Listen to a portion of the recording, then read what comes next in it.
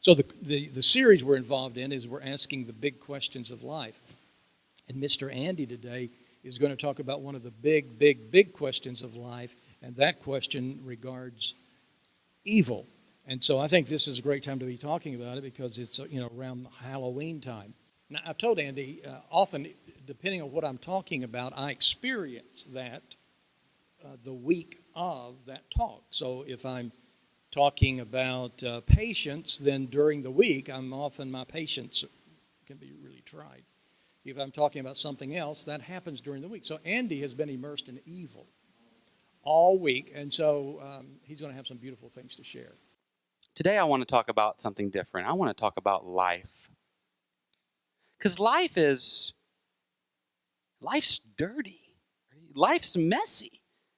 Life's just not perfect, is it? I mean, we can try to pretend that it's perfect. We can wake up in the morning and say, nothing's going to go wrong today. Everyone's going to treat me with loving kindness. And then we walk out and the dog just peed on your foot.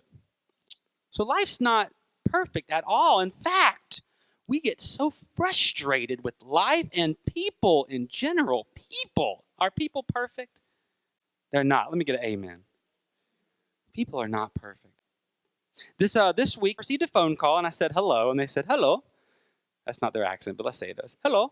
There's something devastatingly wrong with your computer. Can you get to your computer right away? This is from Microsoft and your computer's about to fall apart. And I said, oh my God. Something's wrong with my computer? And Microsoft is calling me?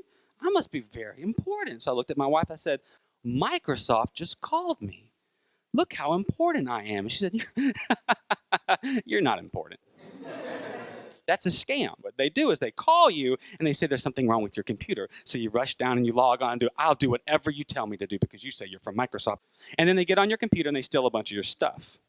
Now, the first thing I felt when this happened, when Becky told me it was a scam, I felt important because I was like, yeah, I got to be a part of a scam. That's kind of cool. It makes you feel good. But then I thought, that just doesn't seem right, does it? Why would you put so much time and energy into something, into an institution that's designed just to take from people? I mean, is it because of money? Is it because of power? What's the reason here? So it felt wrong to me. I'm not saying it felt evil, but it just felt wrong. So oftentimes in our lives, I think we see things and we experience people that when we look at them, we say, that's just wrong. We might even say that's evil. In fact, evil has become such a big problem in theology, which means the study of God, that there's an entire branch of theology called theodicy, which means dealing with the problem of evil. And here's the problem. God is omnipotent, which means all-powerful, can do anything.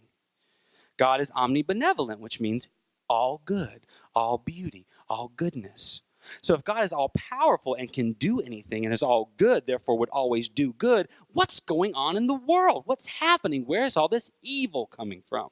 And for thousands of years, theologians have been poring over the reasons how and why a God would create a world with evil in it.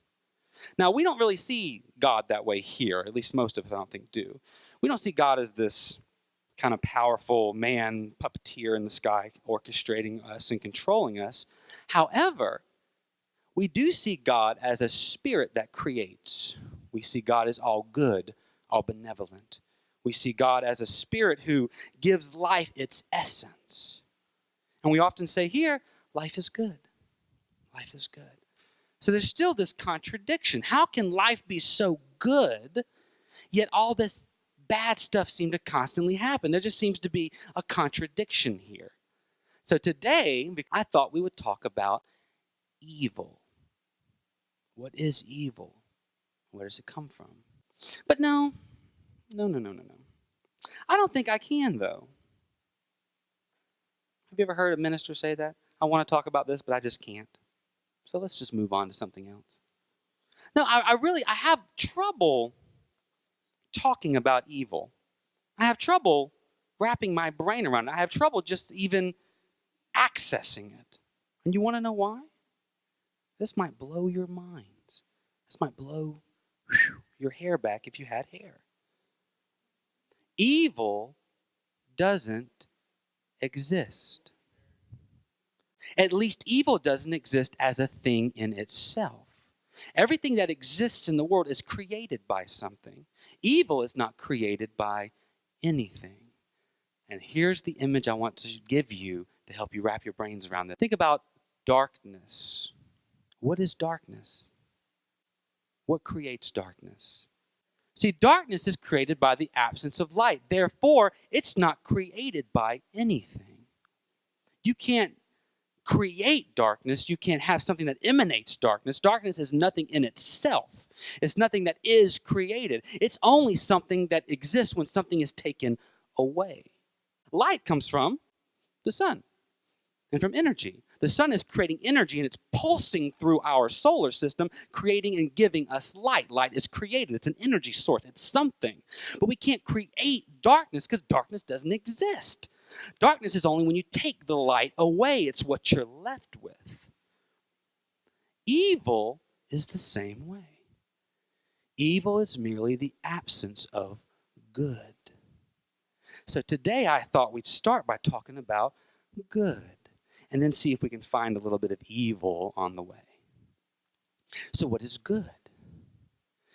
Well, in the Gospel of Mark, I believe, a man runs up to Jesus and says, "Good teacher, tell me how to achieve eternal life."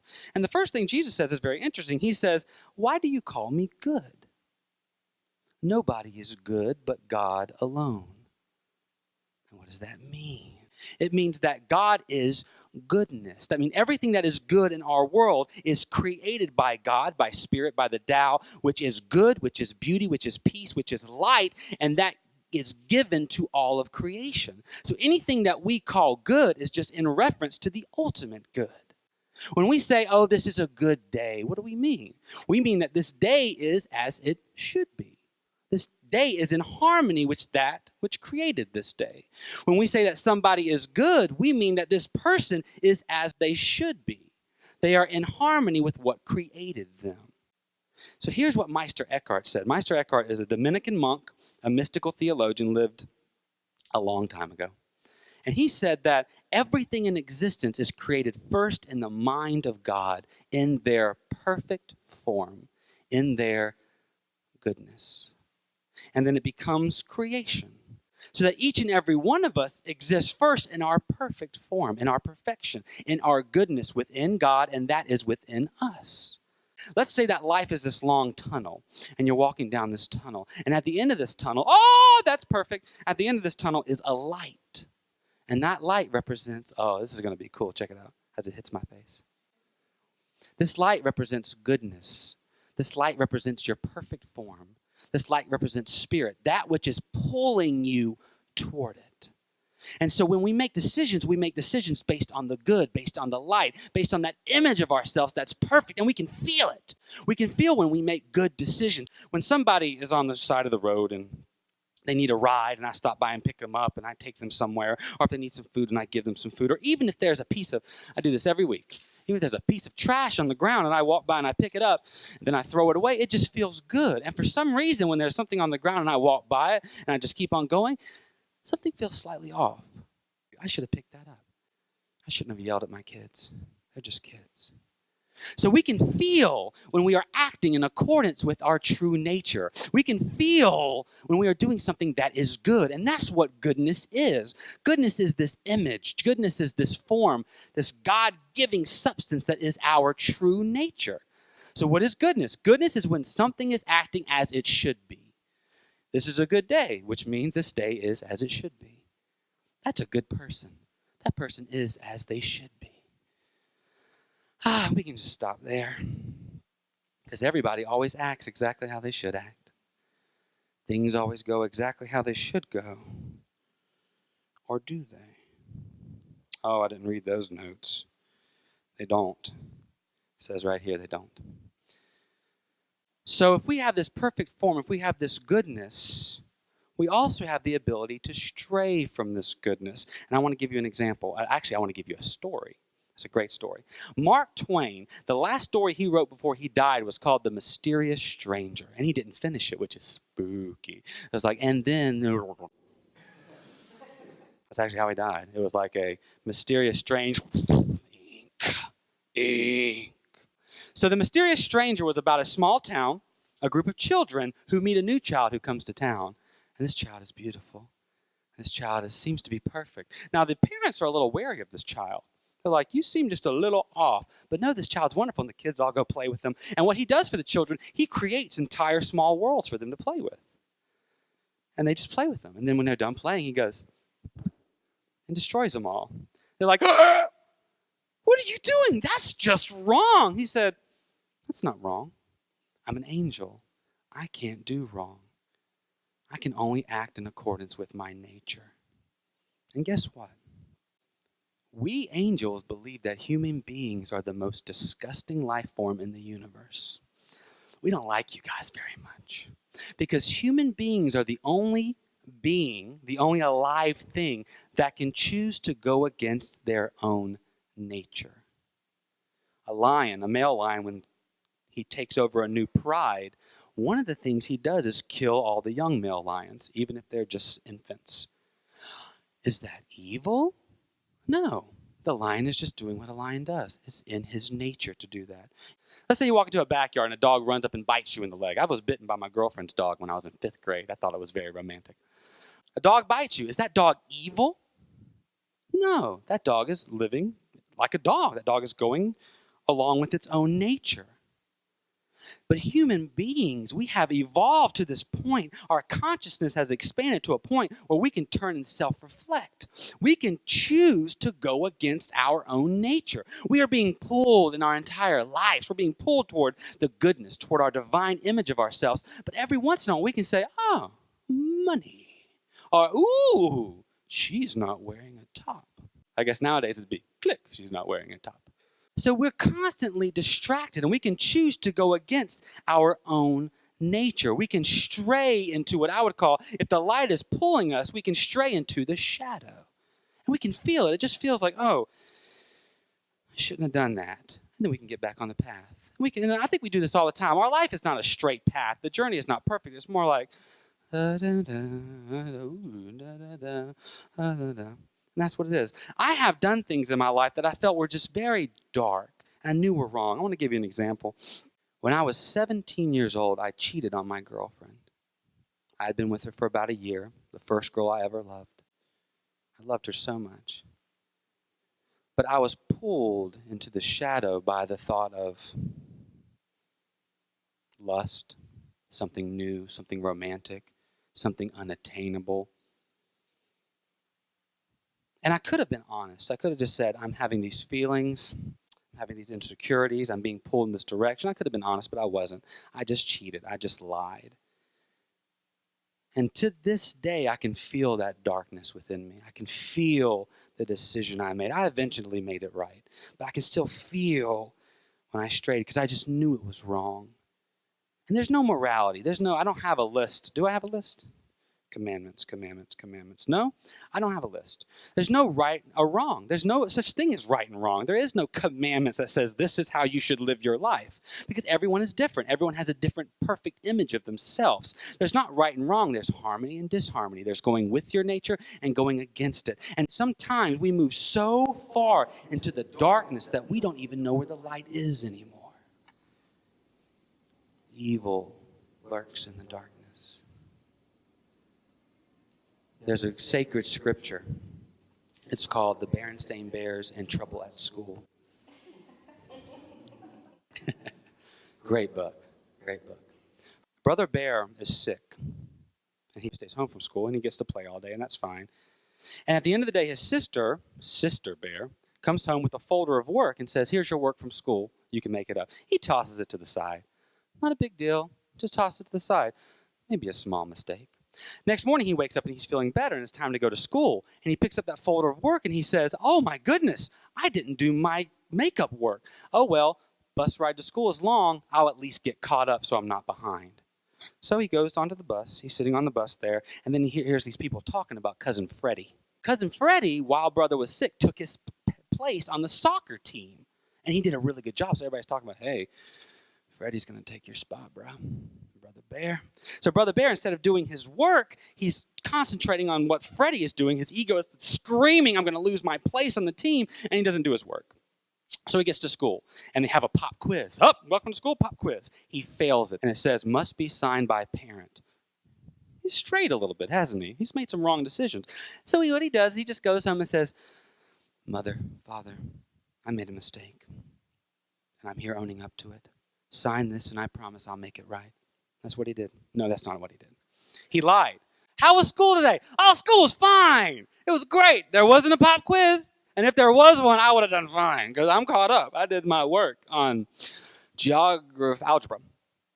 So he lies, and he's just feeling terrible. He's feeling very dark. He's moved to the side. His sister gets sick, and the next day he's going to school, and he doesn't even get on the bus. He walks off into the woods and says, you know what? Forget this. Forget school. Forget life. He takes his test. He folds it to a paper airplane, and he throws it. And then he sees that the airplane goes off the mountain and goes and lands in a bush beside someone's home.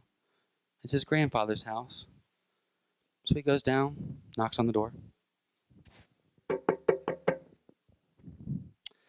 And he tells his grandfather everything. And that just feels good, doesn't it, when you just finally get it all out. This is what happened.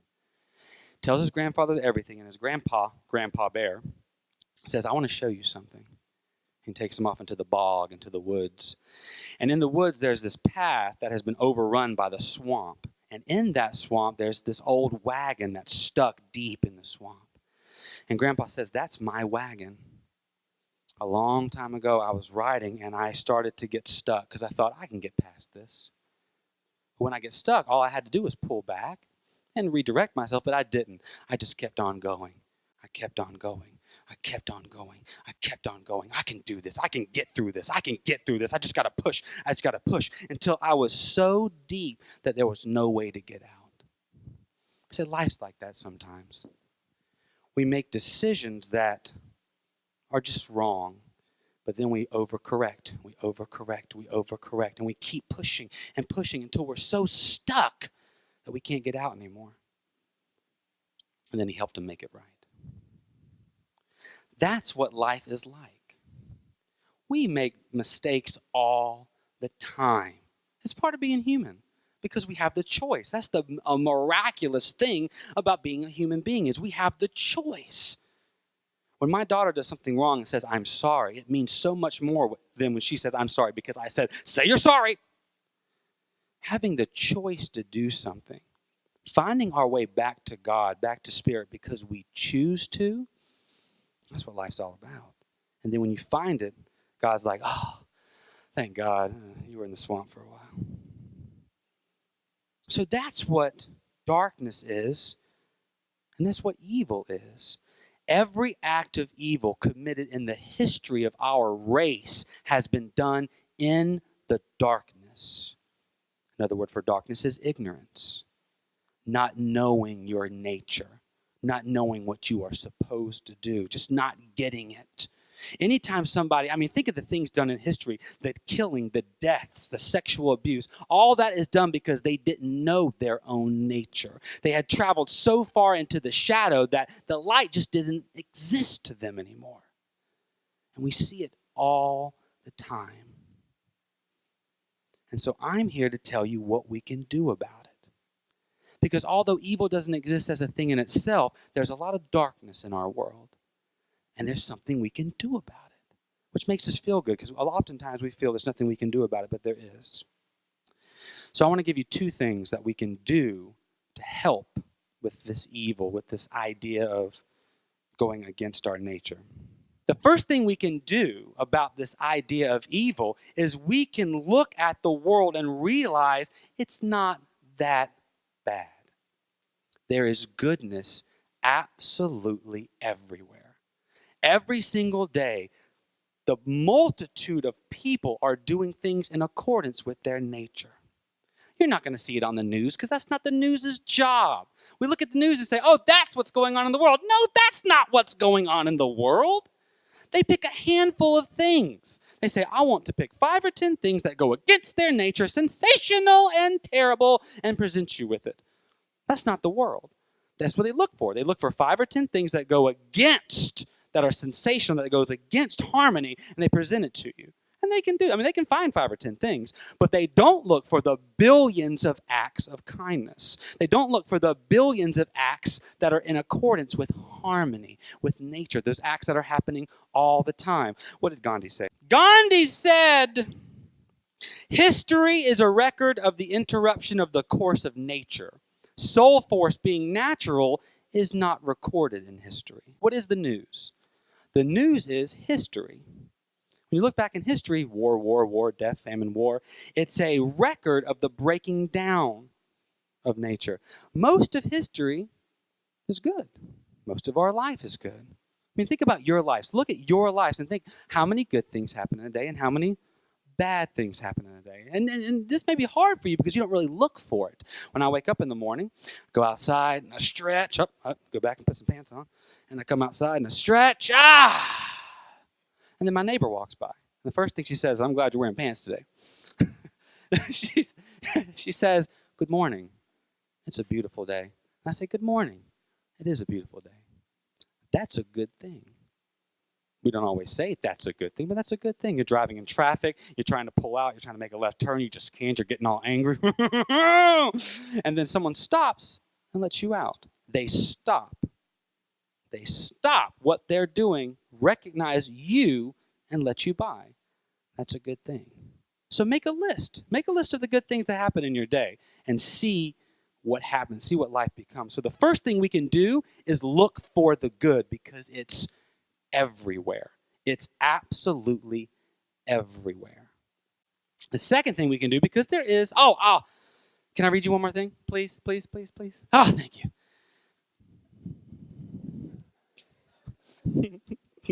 One more time. I got something to... That's awesome. Okay, at the very beginning of Love Actually, have y'all seen the movie Love Actually? At the beginning, there's I guess they call it a soliloquy, but anyway, it's a monologue by the Prime Minister of England, who's played by Hugh Grant, who is so sexy. I mean, talented. And this is what he says. Whenever I get gloomy with the state of the world, I think about the arrivals gate at Heathrow Airport. General opinion starting to make out that we live in a world of hatred and greed. But I don't see that. It seems to me that love is everywhere. Often it's not particularly dignified or newsworthy, but it's always there. Fathers and sons, mothers and daughters, husbands and wives, boyfriends, girlfriends, old friends. When the planes hit the Twin Towers, as far as I know, none of the phone calls from the people on board were messages of hate or revenge. They were all messages of love. If you look for it, I've got a sneaky feeling you will find that love actually is all around. All you got to do is look for it, and it's there. But there's still some stuff in the world, so what do? Number 2, how do I make a difference? How do I make a change? I want to change the world. I want there to be more light. I want there to be more goodness in the world. I want to make a difference. I want to take those people and pull them back. So what do? If we want more light in the world, I become a light. Gandhi also said, be the change you want to see in the world. Jesus said, seek first the kingdom of heaven. He didn't mean seek first that thing that's going to happen after you die. No, he meant seek first God. Seek first your true nature. Seek first goodness. And everything else in your life will harmonize. If you seek the light, if you seek to be a light, if you always make decisions that you feel are in the best accordance with your goodness, with your own nature, everything around you will illuminate. And everyone in that span, in your life, will be affected by it. You can't change anyone. I mean, it's true, you can't. You can't change someone because we all are free. We all have the ability to make our own choices. But you can inspire people to change. And how do you inspire people to change? By being a light, by illuminating the world. Because that light at the end of the tunnel, this is my favorite part of the talk, because this is when it comes together. That light at the end of the tunnel, who is it? It's you. Oh, bam. That's what it is. That's not God. That's not your perfect image. Well, that is your perfect image, but your perfect image is you. You are the light at the end of the tunnel. Therefore, you can be that light for everyone. You can shine for everyone. And when people see that, they're just like, what is that? That is good. and it inspires and it changes. And you take that light and you put it into your life. And maybe you go into politics. Maybe you seek to change the world. Maybe you go into social justice. But you do it from a place of light. You do it from a place of, well, I am going to be this change. I'm going to be a light. And everyone I come into contact with is going to feel my light and be inspired by it. And they're going to be inspired to find their own divine image. If I want to be a change, I'm going to be a change. So here's what we do. Now, we wake up every morning and we make a decision. Today, I'm going to be a light. When Buddha died, the last thing he said was, be a light unto yourselves. He meant that I can't tell you anything you can do. I can't give you a list. I can't do this for you. You want to change? Be a light. So we wake up in the morning and we say, today, I'm going to be a light. And there are things in the world that I just can't change. There are places in the world that I just can't get to. But every room I walk into will be illuminated. There will be no darkness in my life. Sure, you're going to stray. It happens. You're going to stray. But you're always going to keep your face focused on your divine image. Because it's you. You are the light of the world. That's what Jesus said. You are the light of the world. And that's what he meant. And what Jesus was going through at his time was pretty evil. There were things happening around him that were just bad. He hugged and embraced lepers, the poor, and the downtrodden. And when he said, you want to change all this? Be a light. So that's what I'm saying to you today. You want to change? Be a light.